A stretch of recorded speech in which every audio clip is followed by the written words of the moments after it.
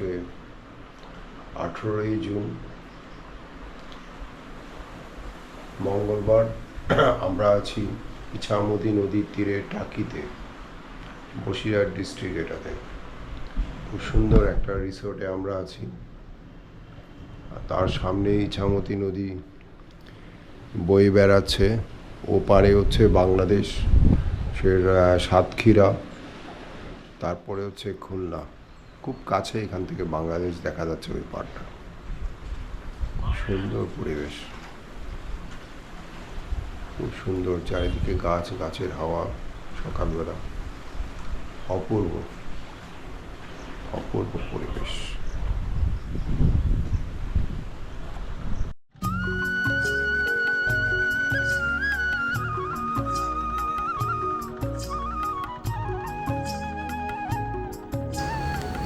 সকালে ব্রেকফাস্ট করে আমরা বেরিয়ে পড়লাম টাকি শহরের ঐতিহাসিক দ্রষ্টব্য স্থানগুলি দেখার জন্য।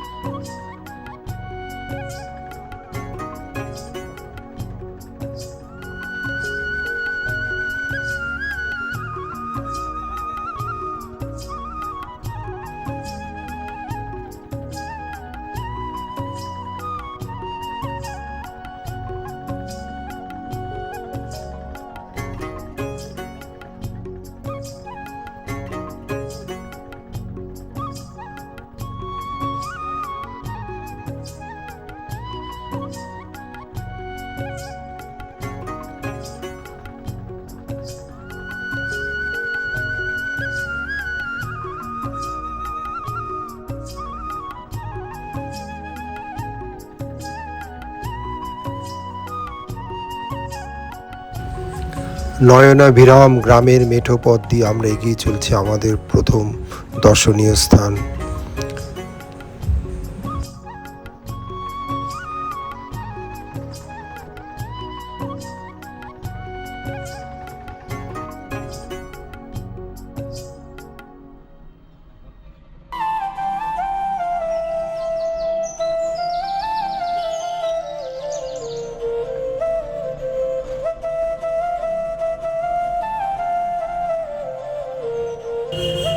এক পাশে বয়ে চলছে ইছামতি নদী, তার পার ঘেঁষে আমাদের গাড়ি এগিয়ে চলছে আমাদের প্রথম দর্শনীয় স্থানে।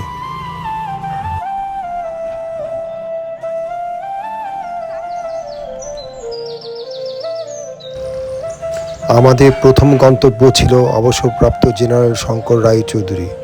উনি ভারতীয় সেনাবাহিনীর চিফ অফ স্টাফ ছিলেন। তো ওনার বাড়ি বেশ বড় বাড়ি, যদিও এখানে ওনারা কেউ থাকেন না, একজন কেয়ারটেকার আছেন। তবে ওনার ফ্যামিলি নাকি মাঝে মাঝে এখানে এসে বেরিয়ে যান। বেশ অনেকটা জায়গা নিয়ে ওনার বাড়ি, বেশ সুদৃশ্য বাড়ি দেখলাম।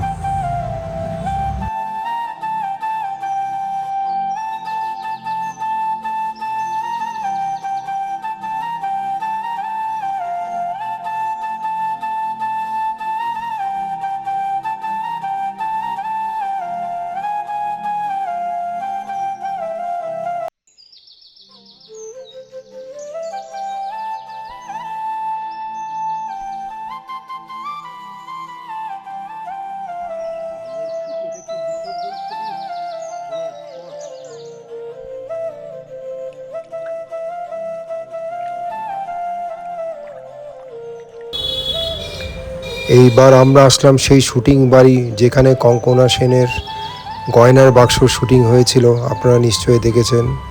এছাড়া এখানে জয়া হাসানের বিসর্জন ছবিরও নাকি শুটিং হয়েছিল। সেই বাড়ি, তার সামনেই আমরা দাঁড়িয়ে আছি।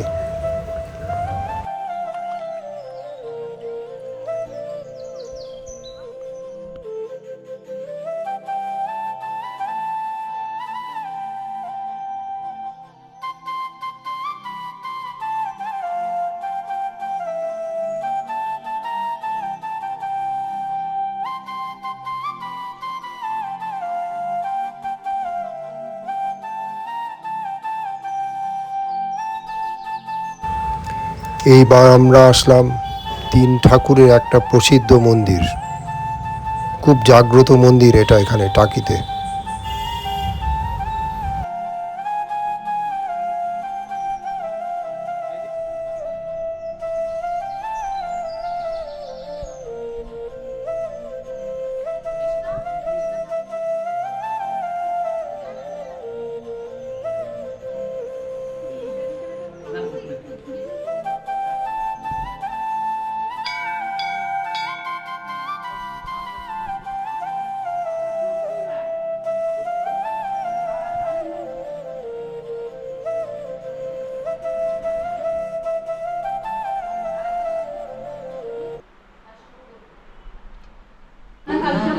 কালী ঠাকুর বলছি। না না না, তো উনি কি ঠাকুর? আপনার তো টাকি টাকি কোথায় চেক আউট কোথায় আপনাদের? টাকি ইয়েতে মানে বেরোনো কোথায় আপনাদের? বেরোবেন কোথায়? এখন বেরিয়ে যাবো। তাহলে 3 মিনিট নেওয়া যেতেই পারে। হ্যাঁ, ব্যাপারটা হচ্ছে কি, আপনারা তো টাকিতে এসেছেন। টাকিতে একটা কথা প্রচলিত আছে, সাতক্ষীরার মাটি, গোবরডাঙ্গার হাতি আর টাকির লাঠি বিখ্যাত। ইছামতি নদীর ওপারটা হচ্ছে বাংলাদেশের সাতক্ষীরা। ওখানকার জমিদারের অহংকার ছিল তার গোবর মাটি, আর গোবরডাঙ্গার জমিদারের অহংকার ছিল তার হাতি। আর টাকিতে জমিদার ছিল না, টাকিতে ছিল জমিদার গোষ্ঠী। এক জমিদারের জায়গা টাকি নয়, টাকি অনেক জমিদার বাড়ি আছে, কুবের বাড়ি, রায়চৌধুরীর বাড়ি, ভোজ বাড়ি। দেখা না হয়ে থাকলে আপনাদের দেখা পড়বে। এবার প্রশ্ন হচ্ছে, এই জমিদাররা কি একই জায়গায় শাসন করতেন? না, এনাদের শাসন ক্ষেত্র ছিল ভিন্ন জায়গায়, কিন্তু এক জায়গায় সহাবস্থান করতেন এবং কমল লাঠিয়াল করতেন ডাকাত আক্রমণ প্রতিহত করার জন্য। ওই জন্য টাকির লাঠি। এই যে টাকির জমিদার গোষ্ঠী, টাকির জমিদার গোষ্ঠীর আরাধ্যদেবী হলেন মা কুলেশ্বরী। কুলেশ্বরী কালীবাড়ি আছে ওপাশে, 400 বছরের পুরনো, ওটা টাকির ঐতিহ্য। ওইখানেই সাধন ভোজন করতেন সর্বানন্দ গিরি মহারাজ। তিনি 9 বছর আগে এই মন্দিরটা প্রতিষ্ঠা করেন। মূল উদ্দেশ্য, ওই মন্দিরে লোক সমাগম বেশি হতো, তার তন্ত্রসাধনায় বিনিয়োগ। হ্যাঁ, মাঝখানে উনি হচ্ছেন সেই কুলেশ্বরী মা। হ্যাঁ, কেন আমরা ডাইরেক্ট কালী বলতে পারছি না, যেহেতু মহাদেবের মাথাটা উল্টো দিকে আছে। আর ইনি হচ্ছেন বিদ্যার আদি দেবী। আমরা জানি সরস্বতী, হ্যাঁ সরস্বতী বিদ্যার আদি দেবী, কিন্তু না, বিদ্যার আদি দেবী হলেন ভদ্রকালী। যার জন্য আমরা সরস্বতী পুজোর মন্ত্র বলি না, সরস্বতী নম নিত্যম ভদ্রকালী নম নম, সেই ভদ্রকালী। আচ্ছা, আর উনি? বাচ্চারা পড়াশোনা করছে না, চঞ্চল মাথায় রাখছে না, তখন ইংলিশ সরস্বতী। আর উনি হচ্ছেন তন্ত্রশাস্ত্রের মোস্ট পাওয়ারফুল দেবী। Without her permission and blessing nobody can enter into tantra. তন্ত্র সাধনায় প্রবেশ করতে গেলে উনার পারমিশন লাগবেই। উনি হচ্ছেন মা বগলা, কেউ বগলা মুখী বলেন, কেউ বগলা সুন্দরী বলেন। এই দুই মা যেমন সোজা তাকিয়ে আছেন, মা বগলার দৃষ্টিটা বাঁকা, কারণ ওই পাওয়ারটা আমরা নিতে পারবো না বা সহ্য করতে পারবো না। আর মা বগলা আপনার জন্য খুব সুন্দর বার্তা রেখেছেন। বাঁ হাতে দেখুন মদন অসুরের জিভ ধরে আছেন। ওইখান থেকে বলতে চাইছেন যে মানুষ, তোমার সবচেয়ে বড় শত্রু হচ্ছে তোমার জীব। জীবের উপর আর কোনো শত্রু হতে পারে না। জীব হচ্ছে আসরিক গুণসম্পন্ন, অসুরের মতো। অসুর কি করে? লোকের ক্ষতি করে।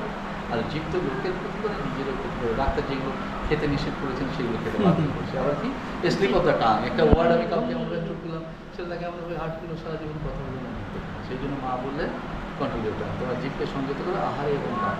তাহলে তোমরা আমার দরজার সামনে কেন হাত জোর করে দাঁড়িয়ে আছো? নিশ্চয়ই তোমাদের মনে কিছু চাওয়া পাওয়া আছে, যাই চাও না বাবা।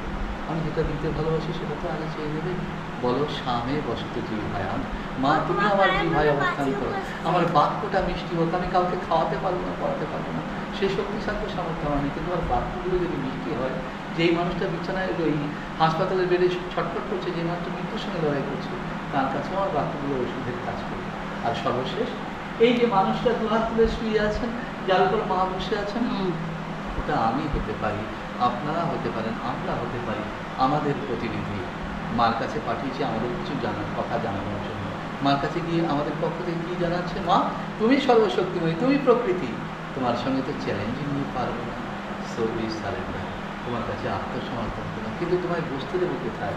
আমার তো সোনার সিংহাসনের উপর সিংহাসন নেই, আমি হৃদয় সিংহাসন পাবো, তুমি আমার হৃদয়ে বসো, তুমি আমার চালিকা শক্তি, তোমাকে ছাড়া আমি তো অন্ধ। আর মা বগলার মস্ত বড় গুণ, আপনারা যদি অন্তর থেকে তাকে কিছু জানিয়ে যেতে পারেন, আই চ্যালেঞ্জ, নেক্সট ইয়ার আপনাকে থ্যাংক ইউ বলতে আসতে হবে। দুর্দান্ত কথা শোনায়, যেহেতু এটা তন্ত্র সাধনার জায়গা। এই 3 শক্তি এক জায়গায় বলে এই মন্দিরের নাম ত্রিশক্তি। খুব ভালো লাগলো, খুব ভালো লেগেছে। পুজো কখন শুরু করবে? হ্যাঁ,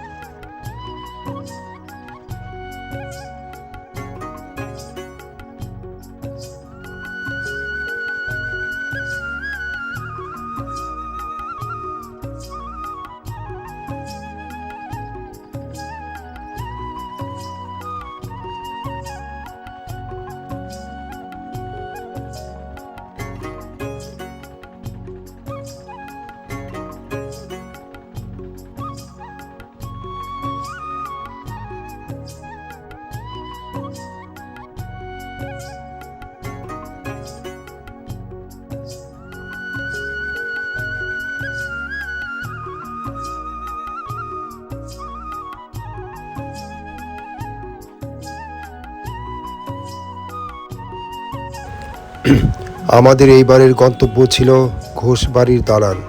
বহু প্রসিদ্ধ এই দালান, অনেক বছরের পুরনো।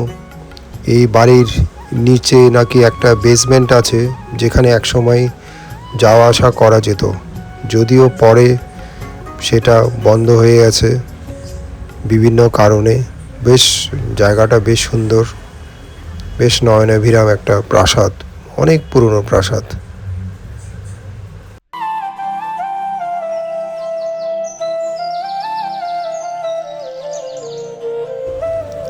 আজকে আমাদের শেষ গন্তব্য ছিল টাকি মিনি সুন্দরবন, যেখানে বর্ডার সিকিউরিটি ফোর্সকে নিজেদের পরিচয়পত্র দেখিয়ে তারপরই ভিতরে ঢোকার অনুমতি নিতে হয়। আমরা এখন যাচ্ছি সেখানে।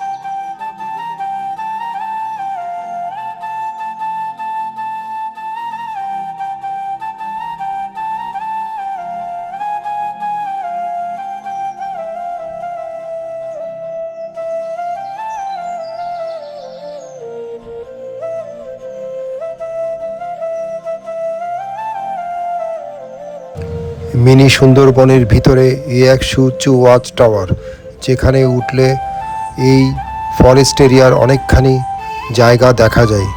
বেশ নয়নাভিরাম সুদৃশ্য চারিদিকে দেখতে ওয়াচ টাওয়ার থেকে।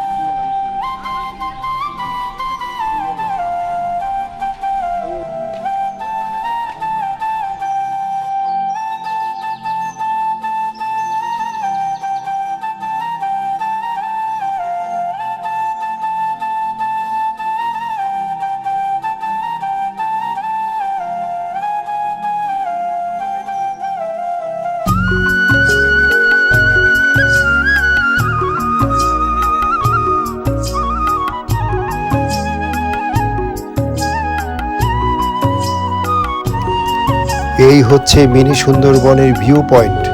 ইছামতি নদীর তীরে অবস্থিত এই ভিউ পয়েন্টটা খুবই সুন্দর, যার অপর পারে বাংলাদেশ, এই পারে হচ্ছে টাকি শহর।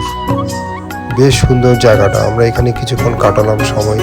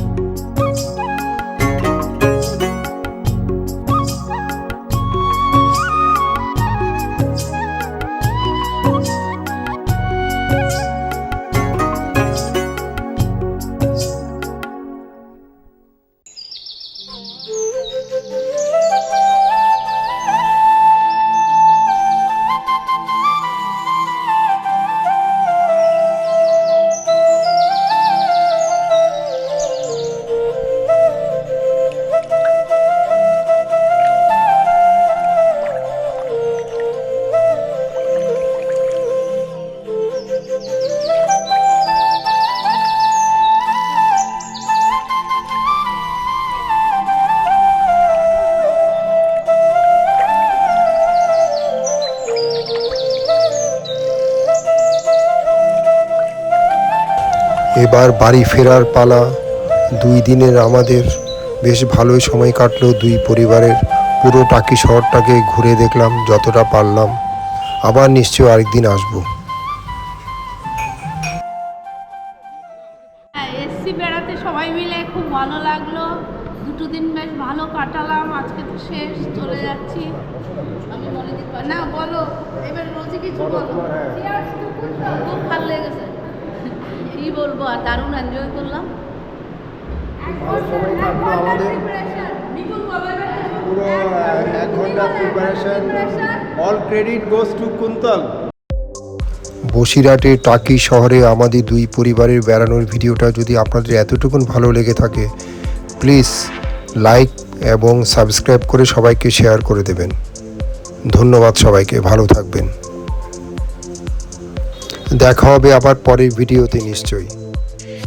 Good bye.